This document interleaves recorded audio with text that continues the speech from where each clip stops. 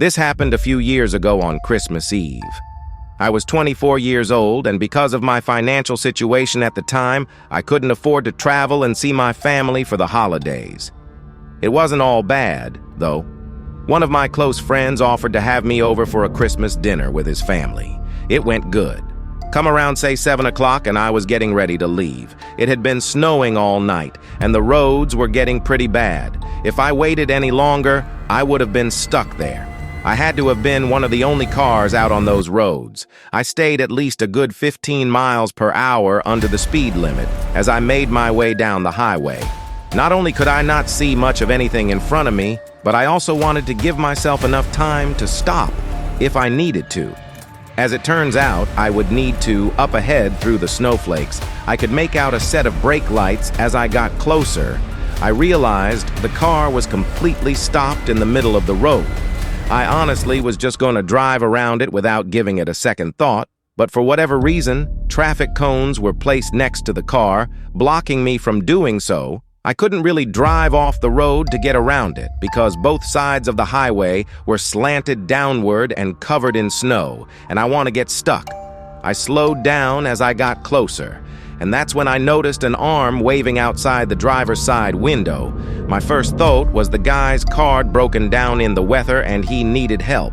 Although I wasn't so quick to believe this, I've seen enough true crime documentaries to be skeptical. I knew the second I got out of my car to help this guy. I was vulnerable, but the other part of me worried this man's car really did break down on him on this remote highway. And if that were the case, the obvious right thing to do would be to give him a ride, especially considering the cold weather and how little traffic came through here. I inched closer as I was deciding what I wanted to do. Finally, I got closer to the back of the car where I had to stop. I was still thinking. I did not want to get out of my car. The next few seconds happened in what felt like the blink of an eye, without warning. The trunk of the car popped open and two armed men got out. They had winter clothes on and were wearing masks to cover their faces. They started screaming at me to get out of my car as they pointed their weapons in my direction. Without even thinking of the consequences, I put the accelerator to the floor, my heart pounding in my chest. I went around the car and drove over the traffic cones. I looked in my rearview mirror and saw them rush to get back inside their car for a second. I thought they were going to follow me, and they might have tried. But I was going as fast as I could and lost their headlights pretty quickly. I probably broke every law for speeding that night, which was made even worse by the poor driving conditions on the road. But I needed to create as much distance as I possibly could. I focused on getting away for about 5 minutes until I called the police and told them about the car and the armed demand.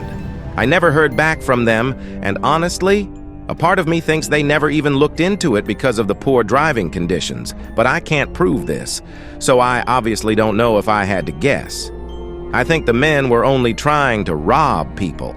I think they were taking advantage of the inactive Christmas Eve roads, robbing people who were most likely carrying valuables in the form of Christmas presents. Although I've since talked to some of my family members about this, they think the men had much worse intentions. This story happened to me when I was 8 years old. I don't remember all the details, but I recently asked my mom about it, and she helped me fill in some of the parts I didn't remember. Christmas night of 2021. It was a Saturday night. I went up to Vermont to be with my family for the holiday and stay with them for the weekend. I was staying there from Saturday, Christmas Day to Monday for Christmas Eve. I went with my girlfriend's or her family's gathering for actual Christmas. I'd be with mine. She didn't come with me, though. Our Christmas gathering wasn't huge, since our family so spread out over the East Coast. It was my parents, my older brother, his girlfriend, my aunt and uncle, and myself. The house is big enough to accommodate all of us. We all did our family tradition of watching a movie together after dinner with a fireplace going this year. We watched Bad Santa, one of my dad's favorite Christmas movies. After the movie, we had pumpkin pie and ice cream, and afterwards played cards round 11. Everyone started to get situated wherever they were sleeping.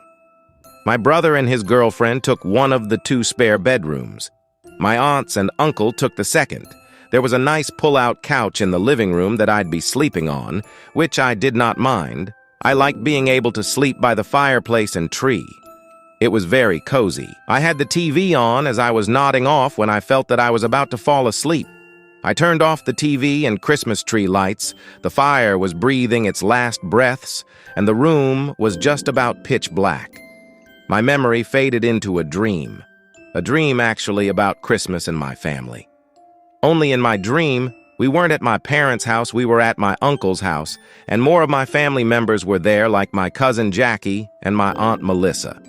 It wasn't a very exciting or unusual dream. We were at the dinner table when suddenly all of my family members in my dreams stopped talking, turned and looked at me, and my Aunt Melissa said in a very serious voice, "There's someone in the house, wake up."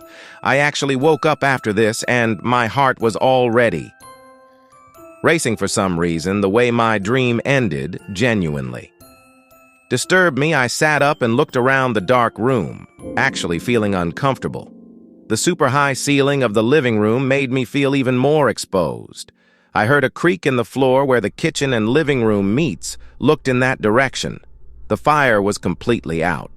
Now there was no light in the room yet. I thought I could see a person standing right where the kitchen starts. I said, "Is someone there?" expecting one of my family members to answer back. They didn't. The silhouette-looking shadow in the doorway of the kitchen was still there. Though I sat up just a little more to look closer at the doorway, the silhouette then started moving. It was a person who is...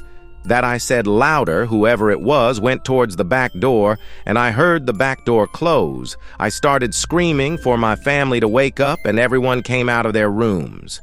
Everyone.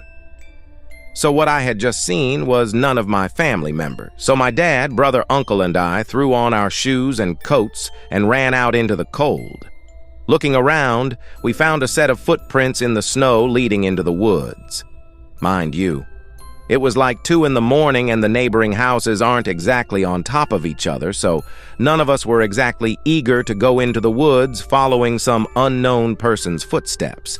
We instead called the police, and while we waited for them, my brother and I stood in the backyard, watching the woods, the creepy pitch-black woods where someone was hiding, potentially looking back at us without her knowledge.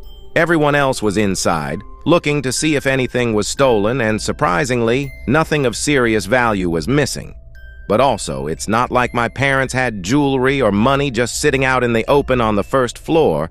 The police officers who came followed the footprints into the woods as far as they could until the trail seemed to disappear or just became impossible to follow. They had not gotten any other calls regarding break-ins that night, at least not to that point, but the next day. Nothing was on the news about any break-ins either.